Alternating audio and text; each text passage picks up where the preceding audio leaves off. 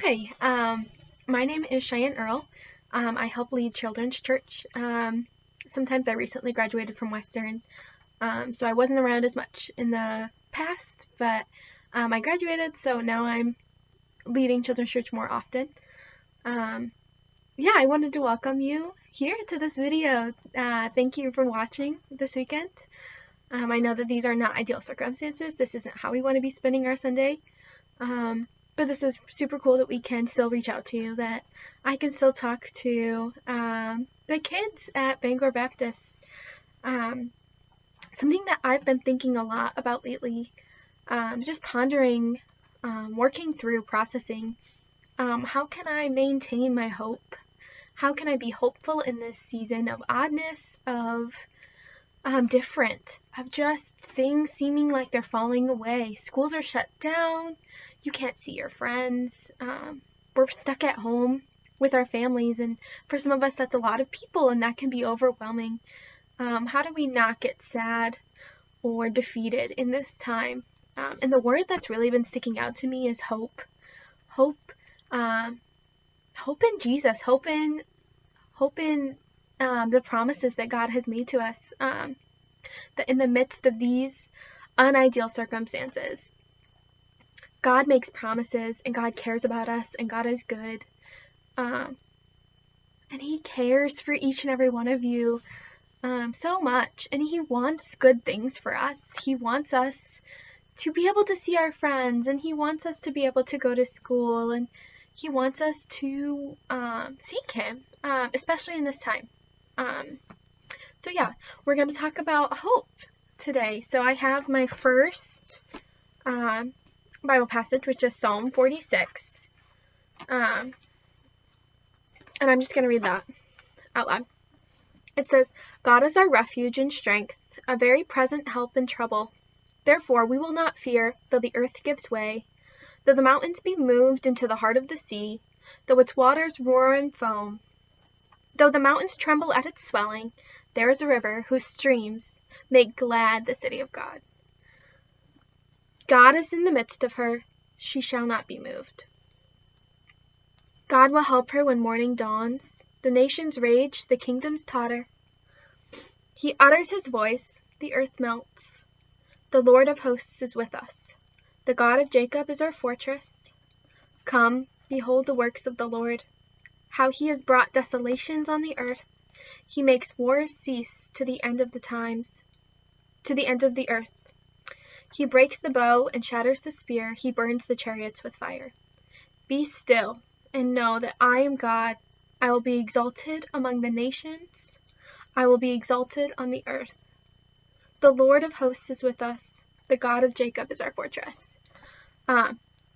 Let's dissect that a little bit. God says that He's our refuge and our strength. He is present in trouble. He is a help. He is here. And we have to put our hope in that. Hope in knowing that His promises are good. His promises are true. And when He says He will help us, He will help us.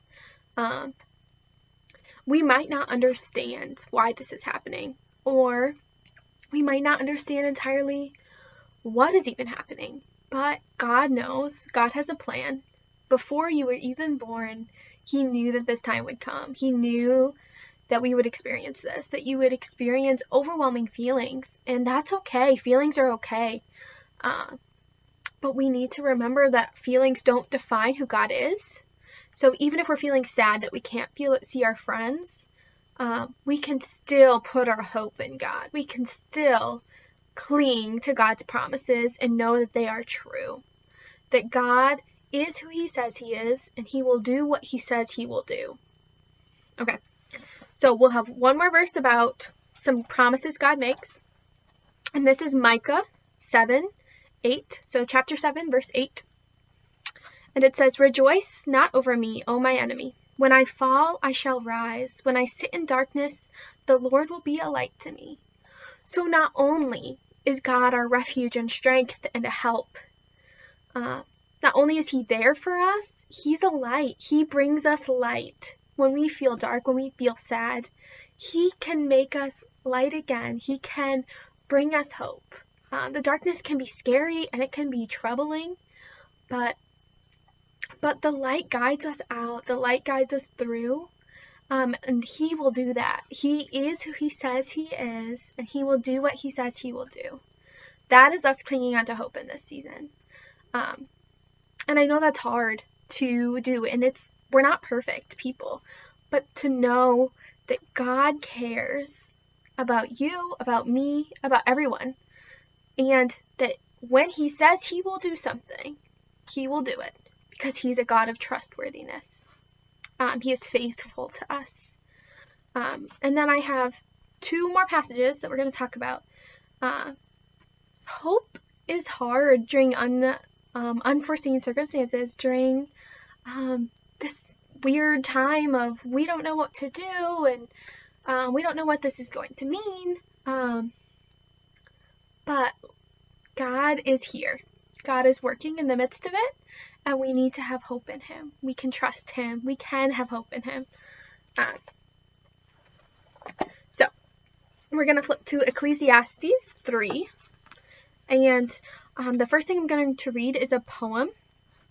And it's A Time for Everything. It's written in Ecclesiastes. It's chapter 3, verses 1 through 8. It says, "For everything there is a season and a time, for every matter under heaven, a time to be born and a time to die, a time to plant and a time to pluck up what is planted, a time to kill and a time to heal, a time to break down and a time to build up, a time to weep and a time to laugh, a time to mourn and a time to dance, a time to cast away stones and a time to gather stones together, a time to embrace and a time to refrain from embracing, a time to seek and a time to lose, a time to keep and a time to cast away, a time to tear and a time to sow, a time to keep silence and a time to speak, a time to love and a time to hate, a time for war and a time for peace." God says that there's a time for everything, that this is not just some unplanned thing that happened that God has no control over. God has control over this time. He has control over what's going to happen. And he shows us that this is just a time. It will pass. Guys, this is hopeful. This will pass. There's a time for this, and there's a time to rejoice afterwards. It's okay to be sorrowful. It's okay to be sad that this is happening. We're not telling you you can't be. Talk to your parents about it. Talk to your siblings about it. Be like, what are you sad about? But also, how can you put your hope in God? How can you put your hope in the things that he says? He says that there will be a time to rejoice. This will pass. Guys, he will do what he says he is going to do. This is what hope is.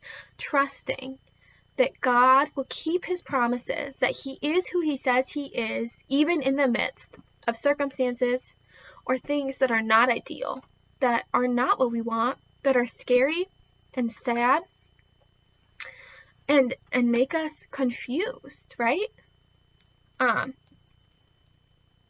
But this is the next helpful verse. This has gotten me through so much. And I'll post all of the verses that I used in this talk so that you can refer back to them. Ask your parents to read them to you. Read them as a family. Instill hope in other people. This is Ecclesiastes 3:11. You might have heard this one before. He has made everything beautiful in its time. So while this does not seem beautiful now, this seems inconvenient, right? It seems hard. It seems confusing. We will see the beauty. Something that I've been focusing on is, what is one thing that I will regret not doing during this time? We have all the time in the world right now, right? So much more time. And I know that you still have classwork and you still have things to do. You probably still have chores at home. You have parents telling you what you can and can't do. But what's one thing you really want to do with your time? What's one thing that you would love more than ever to do? I am perfecting my cartwheel right now. Like, it can be something silly, something that gives you hope, something that makes you happy. We don't have to be sad during this time. We can be. But you don't have to feel like because circumstances are sad that you have to be sad. You can find joy in things still. You can do things that make you happy. You can sing songs to Jesus. You can sing, just sing songs, dance around, have fun. Put your hope in God that He will see this through, that He will see you through. And I know that this is a lot of talking at you, but just think about that. That's my challenge for you this week. Think about one thing you would regret not doing during this time. That could be reading a book. That could be making your own book. That could be playing outside more. That could be perfecting your cartwheel. That could be going roller skating. Whatever you have the capability to do that you want to do. I think that this could be a really beautiful time to just take a pause, to just rest in the fact that we don't have as many places we have to go as we used to, that we're not as busy, and take notice of that and do something in that time that we've always wanted to do. So yeah, just keeping hope in Jesus, hope that this won't last forever. You don't have to be sad. You can have hope. You can have joy during this time. So yeah, just think about that this week. Talk about that with your parents. What does it look like to have hope? What does it look like to be joyful in this time? How are you being joyful and hopeful during this time? Yeah, just talk about that with your parents, with family. And I would love to hear about it when we get back to doing things about what you did over this time that was fun or exciting or hopeful, how you felt. So yeah, I appreciate you listening, and I will see you guys soon. Bye.